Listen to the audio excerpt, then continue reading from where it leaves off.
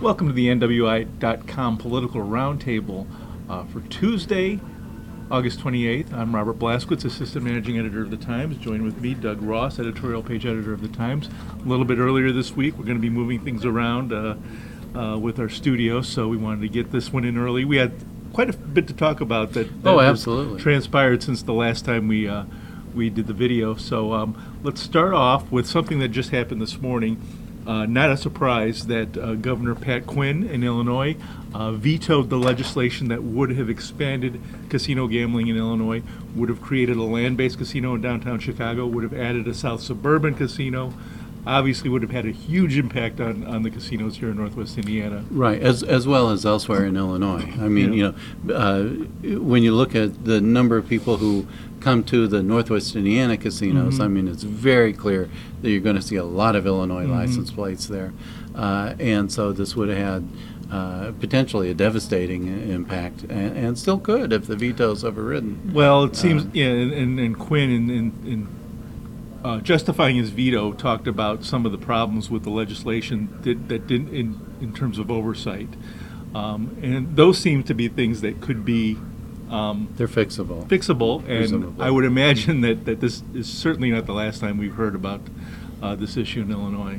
Right, and it was when this all started coming up that of course it was like the clouds on the horizon, but it was when all of this started coming up that the idea of the Klein Avenue bridge being paid for by the East Chicago casino, or substantially paid for, the local share. That whole idea fell through. So now this is still a little too close to.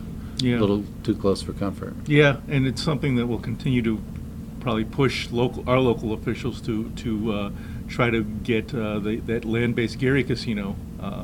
Right, that's what I'm guessing, and that will have some advantages through the the local development agreement that they have to sign. Right. Pumping money back into tax money back into Gary in particular, but you're going to have to be flexible if you're competing like this. Yep. Moving over to Lake County politics, kind of the big news late last week was the conviction of current Lake County Coroner, former Lake County Clerk Thomas Philpot on fraud and theft charges.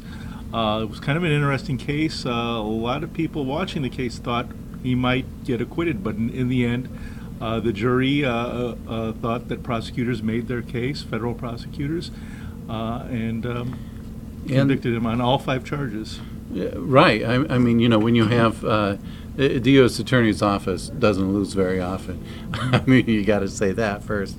And I think they had a pretty solid case. Yeah. What was interesting here was that Philpot thought he was right in pocketing the money that was what it was it was a federal bonus that came in.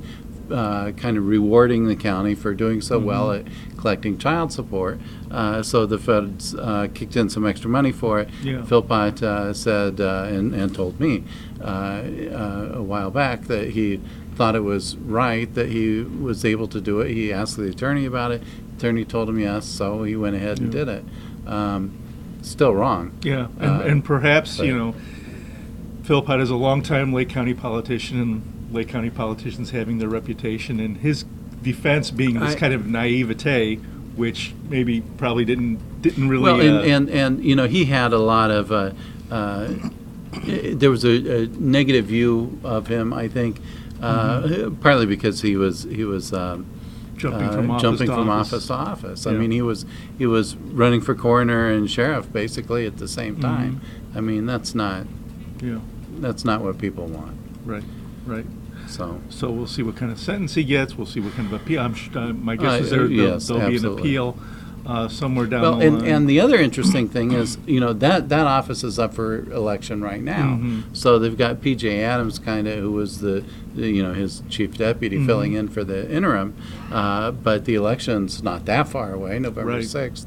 So it'd be interesting to see what happens then, how quickly they name his replacement and so forth. Once again, this goes back to a theme we keep coming back to on this program, which is these non-policy making positions which are elected is Oh. kind of ridiculous. It should, obviously, a position like a coroner should be an appointed position. Well, and you know, for that matter, you know, why do you need one in every county necessarily? Why don't you just have a medical examiner that covers, you know, the entire Right. region? Right. We'll see. Yeah.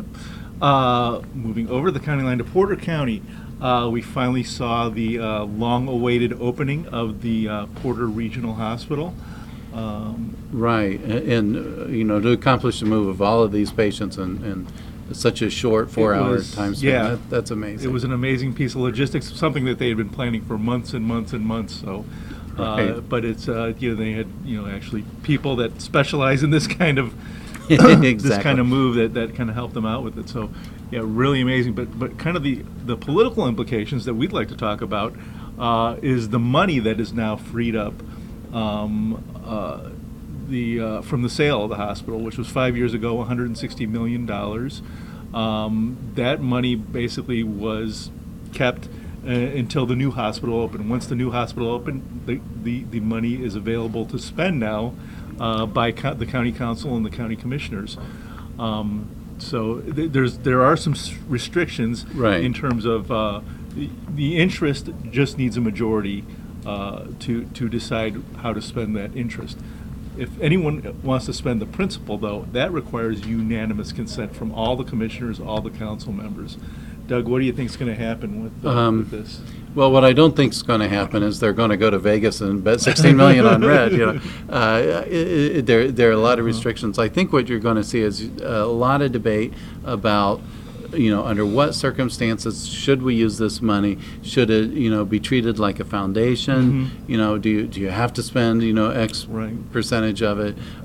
Do you put it into infrastructure? I think you're going to see a lot of good debate about public policy and Yeah. spending priorities. My big concern about it is that with the tax caps and so forth, Porter County's budget is, you know, basically it's bleeding. Yeah. They've got, you know, this huge nest egg, and it's tempting to say, let's tap into our emergency reserves and start, you know, plugging the gaps with that. And Yeah. when you do that, then, you know, then you blow it quickly, I think. Yeah, there's also some talk too, and then they're looking. Officials are looking into the kind of the legal aspects of how to do this, but talks of basically turning the county into a bond bank of sorts, where you know, local entities, municipalities, and even around the state could, you know, basically the county could loan them money for cheaper than they could get it from a bank. And that has some value, because when you figure that the county administers the property tax, right?